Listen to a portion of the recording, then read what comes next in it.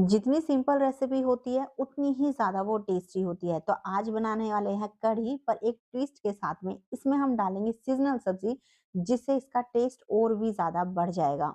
तो इसके लिए पहले हमें लेना है एक मिक्सी का जार और इसमें डालेंगे 2 कप लस्सी, साथ में ही 1 कप डालेंगे इसमें दही। आप चाहो तो सिर्फ़ लस्सी भी ले सकते हो और सिर्फ़ दही भी ले सकते हो। बस आपने ध्यान रखना है कि आपने हल्की-सी खट्टी लेनी है। खट्टी लोगे ना तो कढ़ी ज़्यादा बढ़िया लगती है।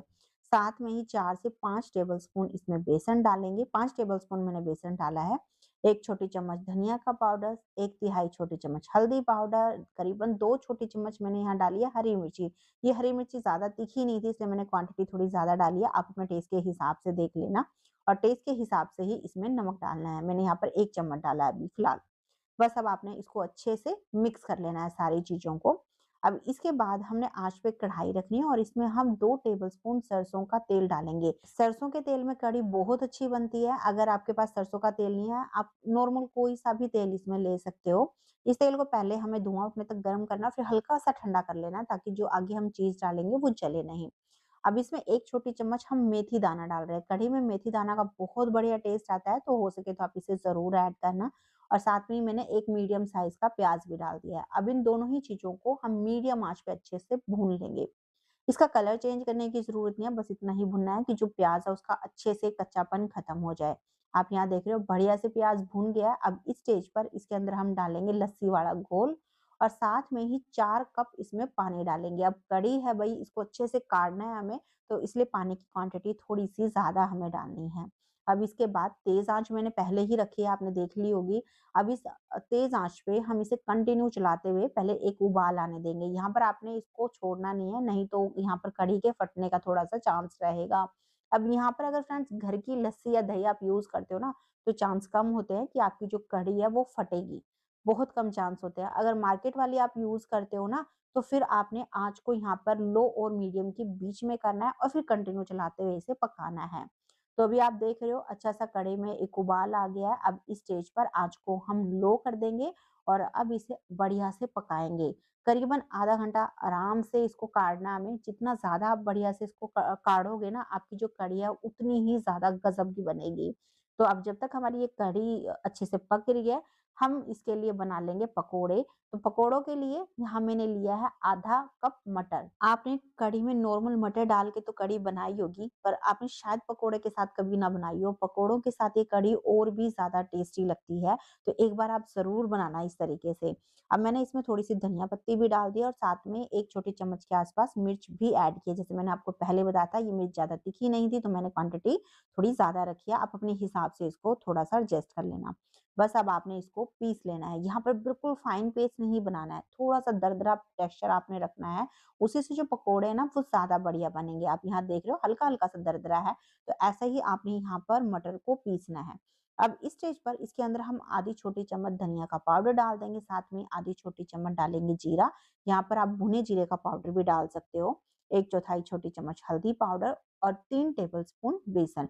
यहाँ पर बेसन की क्वांटिटी है ना मटर के ऊपर डिपेंड करती है। अगर आप बहुत ज़्यादा बारीक पीस लोगे, तो आपको हो सकता है यहाँ पर बेसन ज़्यादा डालना पड़े। अगर बिल्कुल थोड़ा-सा थिक पीसोगे तो बेसन थोड़ा-सा कम लग सकता है, बस वो आपने थोड़ा-सा देखना पड़ेगा। मैंने यहाँ 3 से 4 टेबलस्पून बेसन यूज़ किया है। बेसन को हम सिर्फ़ इतना ही यूज़ करेंगे कि आराम से हम ये जो मटर है इसके पकोड़े बना पाएँ। पानी थोड़ा-थोड़ा क्वांटिटी में इसमें डालना है, बहुत ज़्यादा नहीं डालना, ये भी आपने ध्यान रखना है। इस तरीके से हल्का-हल्का सा पानी डालते रहना और इसको मिक्स कर लेना। यहाँ पे इसका जो टेक्सचर है ना वो इस तरीके का चाहिए। आप देख सकते हो हल्की-सी ये शेप को होल्ड कर रहा है, बिल्कुल फैल नहीं रहा है। अगर ज़्यादा फैल रहा है इसका मतलब आपका जो ये मिक्सचर है थोड़ा ज़्यादा पतला हो गया, तो आप हल्का-सा बेसन और ऐड कर देना। इस तरीके से हल्की-हल्की बस ये शेप होल्ड कर ले, इतना हमें ये मिक्सचर तैयार करना है। अब इस स्टेज पे इसके अंदर हम टेस्ट के हिसाब से नमक डाल देंगे। साथ में ही 1 पिंच डालेंगे मीठा सोडा यानी बेकिंग सोडा। बेकिंग सोडा डालने से जो पकोड़े हैं ना बहुत क्रिस्प बनेंगे, साथ में ही अंदर से एकदम स्पॉन्जी और सॉफ्ट बनते हैं, जिससे कढ़ी को ज़्यादा सोक करेंगे और भी ज़्यादा टेस्टी लगेंगे। तो बस आपने अच्छे से इसको मिक्सचर में मिक्स कर लेना है। मिक्स करने के बाद हमारा जो ये मिक्सचर है पकोड़े का बिल्कुल तैयार हो गया है।